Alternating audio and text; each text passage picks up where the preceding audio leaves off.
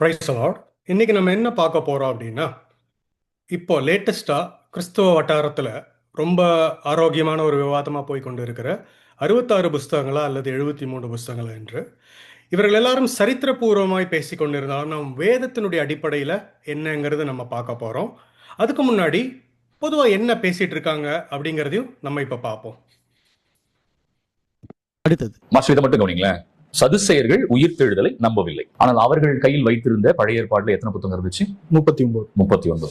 Okay, நம்ம சரித்திரபூர்வமாக பார்க்கும்போது சதுசேயர்கள் தோராவைத்தான் நம்பினார்கள், மற்ற புத்தகத்தை நம்பவில்லை. சொல்லப்போனால் 39 யூதர்கள்ல 24 மட்டும்தான். இதை நான் பின்னாடி சொல்கிறேன். மறுபடியும் சொல்றேன், அவர்கள் தோராவை நம்பினார்களே தவிர மற்ற புத்தகங்களை அவர்கள் என்ன பண்ணல, இதுக்கு யூக்கலா நம்பல. நெக்ஸ்ட், பரிசேயர்கள் கையில் எவ்வளவு இருந்தது? 46. இல்லைங்க, பரிசேயர் பயன்படுத்தினது பரவலாக மெஜாரிட்டியாக 39 புத்தகங்கள் நம்ம பயன்படுத்துறது, அல்லது 24 யூதருடைய வேதாகமம்.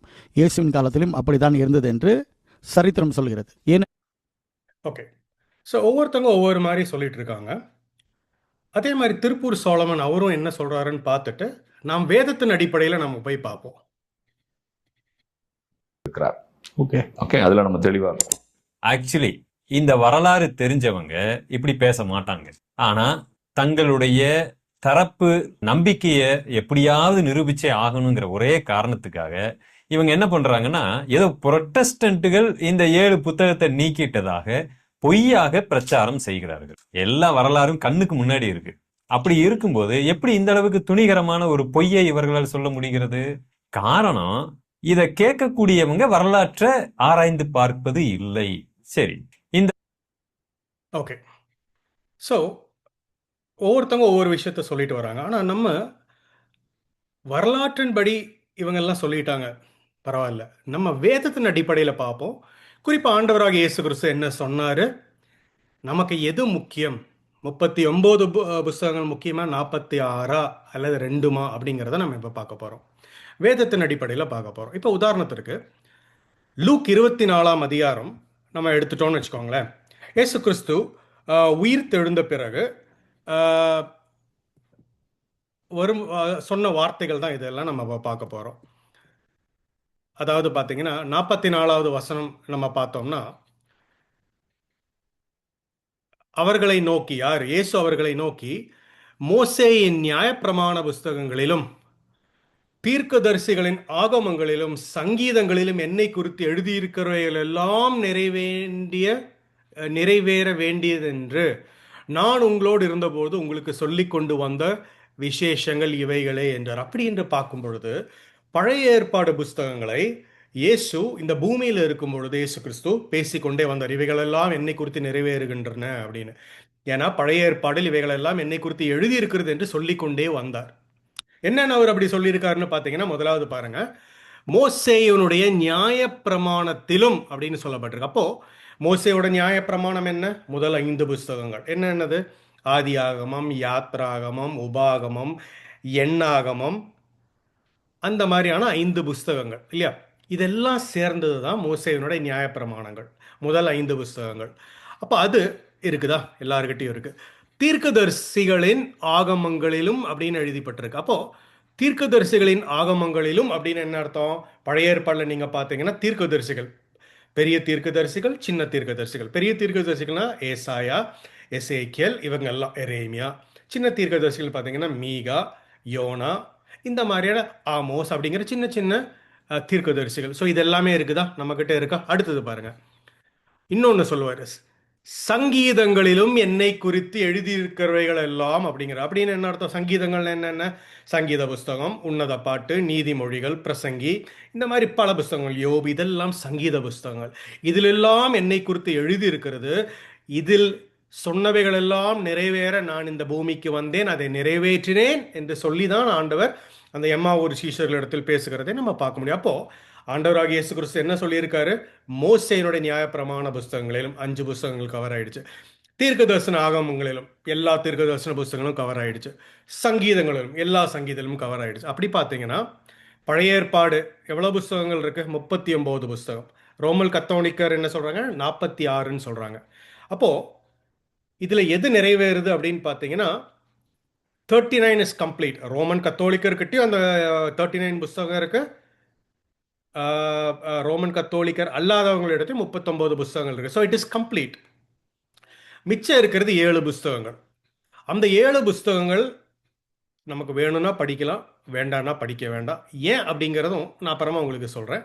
அடுத்தது இயேசு கிறிஸ்து இன்னும் சில வசனங்களை அவர் சொல்லுவார்.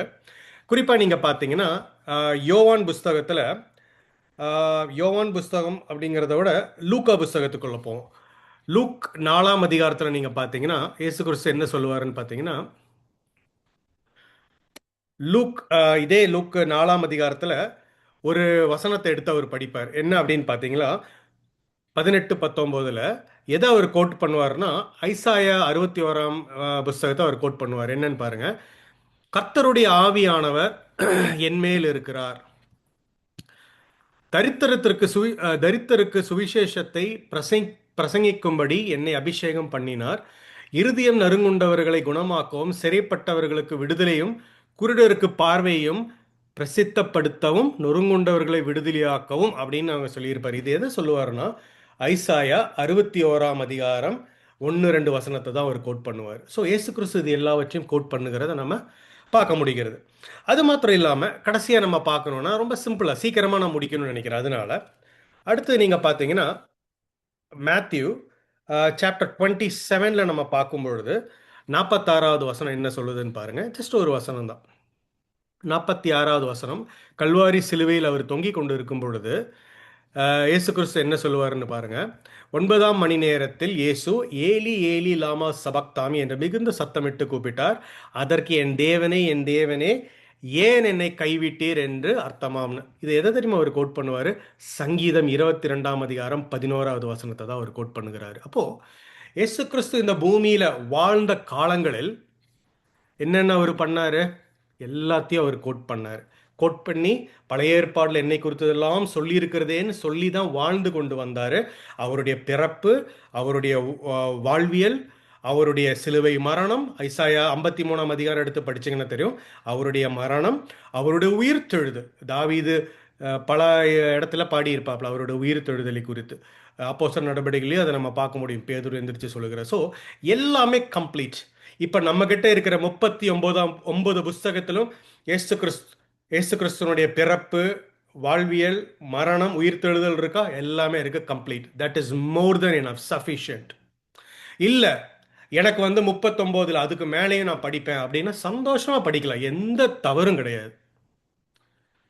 இதில் நீக்கப்பட்டிருக்கு, ஒதுக்கப்பட்டிருக்கு, அதெல்லாம் இங்கே பேச்சே கிடையாது. உங்களுக்கு வேணும்னா நீங்கள் படிக்கலாம், வேண்டாம்னா படிக்க வேண்டாம்.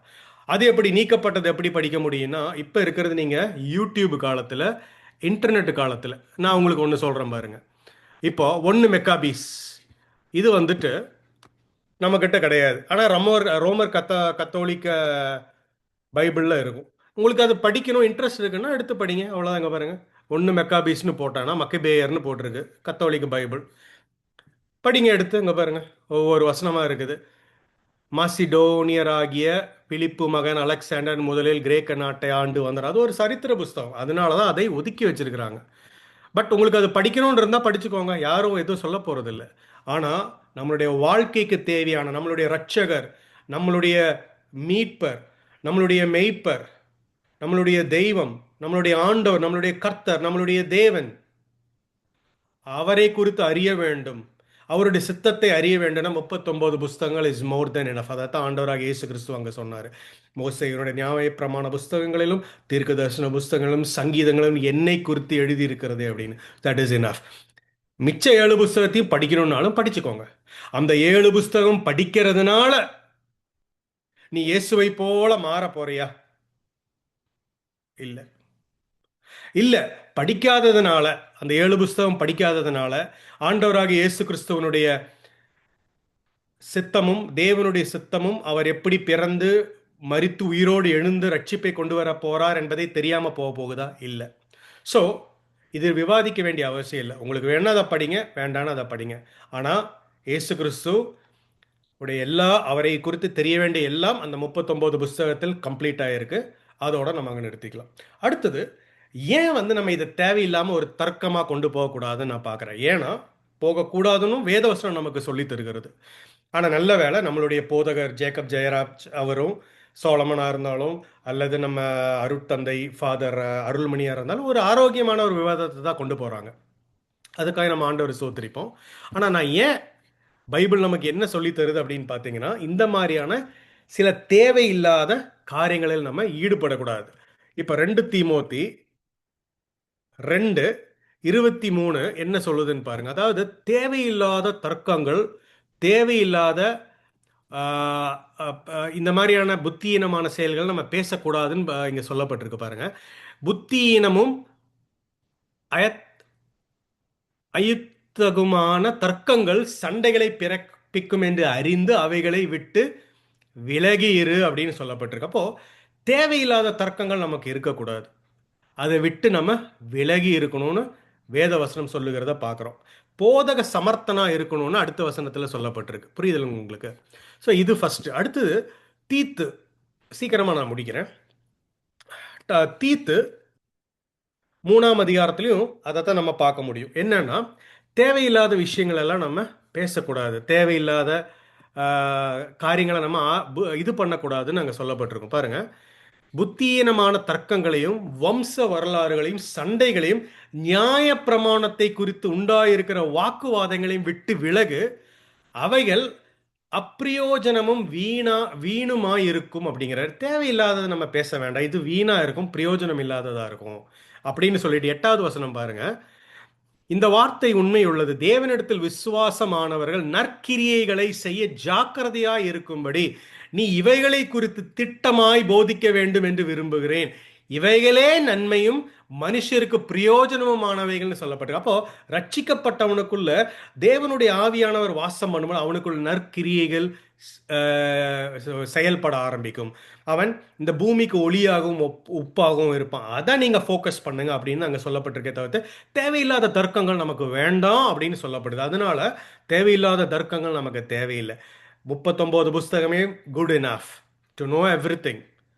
இல்லை நான் எக்ஸ்ட்ரா படிப்பேன்னா படிச்சுக்கலாம், யாருக்கும் எந்த பிரச்சனையும் கிடையாது. அடுத்தது நம்மளுடைய தர்க்கம் அல்லது நம்ம பேசுகிறது எப்படி இருக்கணும் அப்படின்னு சொல்லப்பட்டிருக்கு. ஜஸ்ட் 2 வசனங்களை நம்ம படிப்போம்.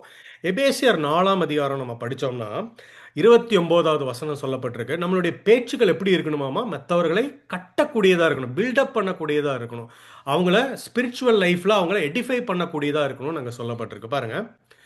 கெட்ட வார்த்தை ஒன்றும் உங்கள் வாயிலிருந்து புறப்பட வேண்டாம், பக்தி விருத்திக்கு ஏதுவான நல்ல வார்த்தை உண்டானால் அதையே கேட்கிறவர்களுக்கு பிரயோஜனம் உண்டாகும்படி பேசுங்கள்னு சொல்லப்பட்டிருக்கு. அப்போ தேவையில்லாத தர்க்கங்கள், கெட்ட இதெல்லாம் தேவையில்லை நமக்கு. அவன் அது இது, நீ கரெக்டு நான் கரெக்டு, நீ மாற்றிட்ட நீ எடுத்துட்ட, இதெல்லாம் ஹிஸ்டாரிக்கல். அதனால நமக்கு ஒரு பிரயோஜனம் இருக்க போகிறதில்ல. நம்மளுடைய நோக்கம் என்ன? என்னுடைய வார்த்தைகள் உன்னை கட்டுதா, இதுதான் ரொம்ப முக்கியம். உன்னை பில்டப் பண்ணுதா கிறிஸ்துவுக்குள், இது ஒன்று தான் நமக்கு முக்கியம். ஏன்னா இதே நீங்கள் எபேசியர் 4ஆம் அதிகாரம் 11வது வசனம் நீங்கள் படிச்சீங்கன்னா தெரியும், தேவனுடைய சித்தம் நம்மை குறித்து என்ன தெரியுமா? மேலும் நாம் அனைவரும் அப்படின்னு என்ன அர்த்தம்? நீ கத்தோலிக்கா இருக்கலாம், நீ புரோட்டஸ்டண்டா இருக்கலாம், இதெல்லாம் இங்கே பிரச்சனை இல்லை. நீ ஆண்டவராக இயேசு கிறிஸ்துவை விசுவாசித்து உன் பாவத்தை அறிக்கையிட்டு அவரை சொந்த இரட்சகராய் நீ ஏற்றுக்கொண்டாயா? பாவ மன்னிப்பின் நிச்சயத்தை மனம் திரும்பி நீ பெற்றுக்கொண்டாயா? நீ தேவனுடைய பிள்ளை. யோவான் 1:12 சொல்லுகிறபடி நாம் எப்படி வளர வேண்டும் என்று வேதவசனம் சொல்லுகிறது. இங்க ரோமன் கத்தோலிக் அப்படியெல்லாம் புரோட்டஸ்டன்ட் கிடையாது. இங்க என்ன சொல்லுதுன்னு பாருங்க. மேலும் நாம் அனைவரும், கிறிஸ்துவனுடைய சரீரமாகிய சபைகள் அனைவரும் தேவனுடைய குமாரனை பற்றும் விசுவாசத்திலும் அறிவிலும் ஒருமைப்பட்டவர்களாகி கிறிஸ்துவனுடைய நிறைவான வளர்ச்சியின் அளவுக்கு தக்க பூரண புருஷராகும் வரைக்கும்னு சொல்லப்பட்டிருக்கு. அப்போ நீங்க எந்த டினாமினேஷனா இருக்கலாம், but still you are in the body of Christ. புரியுதா உங்களுக்கு? இதுதான் நம்மளுடைய நோக்கமா இருக்கணும், இதுதான் நம்மளுடைய ஃபோக்கஸா இருக்கணும். ஃபைனலாக நம்மளுடைய போதகர் அவர் ஒரு அழகான ஒரு பியூட்டிஃபுல்லான ஒரு ஸ்டேட்மெண்ட் அவர் அங்கே சொல்லியிருக்காரு. அதை ஒரு தடவை நம்ம பார்த்துட்டு நம்ம ஃபைனலாக நம்ம கன்க்ளூட் பண்ணலாம். ஏன்னா அது வந்து ஒரு பியூட்டிஃபுல்லான ஒரு கன்க்ளூஷன் அவர் கொடுத்துருக்காரு. அதை நம்ம கேட்போம். அதாவது உண்மையிலே நான் ஏற்கனவே இந்த மாதிரி ஒரு காணொலி நான் போட்டிருக்கேன். கத்தோலிக்கர், புரோட்டஸ்டன்ட் இப்படியெல்லாம் நம்ம பேசுறதுல it is a waste of time. கிறிஸ்துவனுடைய சரீரமாகிய சபை அப்படிங்கிறது அதைத்தான் இவர் அங்கே சொல்லியிருக்காரு. அதை நம்ம பார்ப்போம், கேட்டுட்டு வந்துட்டு நான் லாஸ்ட்டாக முடிக்கிறேன். ஒரு குறிப்பிட்ட டினாமினேஷன் கிடையாது. கேத்தலிக் என்றால் யூனிவர்சல் சர்ச், அதுதான் இக்னீஷியஸ் சொல்கிறார். அந்த பார்வையில் நம்ம பார்க்கும்போது ஆர்த்தடாக்ஸும் கேத்தலிக் தான், ரோமன் கேத்தலிக்கும் கேத்தலிக் தான். புராட்டஸ்டன்ட்டும் கேத்தலிக் தான். கேத்தலிக் என்றால் யூனிவர்சல் சர்ச். இன்னும் பல பேர் வேற விதமாக அவர்கள் பெயரை வச்சுட்டு என்னையே இயேசு மீட்டு இருக்கிறார், நானும் இயேசுவின் பிள்ளை, நானும் பிதா குமாரன் பரிசுத்த ஆவியானவரை நான் விசுவாசிக்கிறேன், நானும் இந்த வேதாகமத்தை ஏற்றுக்கொள்கிறேன் என்று சொன்னால் அவர்களும் தேவ பிள்ளைகளே. ஆகவே 73 verses 66ன்றதை விட எந்த புத்தகத்தை எந்த பைபிளை படிக்கிறோமோ அந்த பைபிளை படித்து ஒரே இரட்சகரின் பிள்ளைகள், ஒரே தூய ஆவியானுடைய பிள்ளைகள், ஒரே பிதாவின் பிள்ளைகளாக இணைந்து நேசமாக இயேசுவை கூறுவோம், அவரை காண்பிப்போம், இருள் நீக்குவோம், தேவனுக்கென்று வெளிச்சம் வீசுவோம். இந்த நிகழ்ச்சியை ஏதோ Amen. இதுதான் பியூட்டிஃபுல்லான கன்க்ளூஷன். ரொம்ப அழகாக அவர் முடிச்சிருந்தார், எனக்கு ரொம்ப பிடிச்சிருந்தது. ஸோ இதுதான் உண்மை. ஏன்னா வேதவசனம் சொல்லுகிறது, வெளிப்படுத்தின புஸ்தகம் 22 இயேசு கிறிஸ்து சீக்கிரம் வரப்போகிறார் என்று.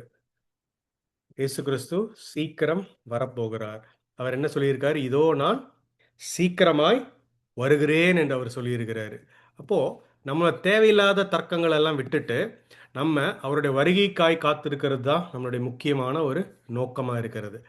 இங்கே பாருங்க, அநியாயம் செய்கிறவன் இன்னும் அநியாயம் செய்யட்டும், அசுத்தமாக இருக்கிறவன் இன்னும் அசுத்தமாக இருக்கட்டும், நீதி உள்ளவன் இன்னும் நீதி செய்யட்டும், பரிசுத்தம் உள்ளவன் இன்னும் பரிசுத்தமாக இருக்கட்டும் அப்படின்னு சொல்லிட்டு, இதோ நான் சீக்கிரமாய் வருகிறேன், அவனுடைய கிரியைகளின்படி அவனுக்கு நான் அளிக்கும் பலன் என்னோடு கூட வருகிறது என்று. ஆம், ஆண்டவராக இயேசு கிறிஸ்து சீக்கிரம் வருகிறார். நாம் ஒன்றிணைந்து ஒரே சரீரமாகிய சபையாக ஒன்றிணைந்து நாம் இயேசுவின் நற்செய்திகளை உலகத்திற்கு பிரசங்கிப்போம். இந்த உலகத்திற்கு உப்பாக ஒளியாக இருப்போம். இயேசு நம் அனைவரையும் ஆசீர்வதிப்பாராக. ஆமேன். Praise the Lord.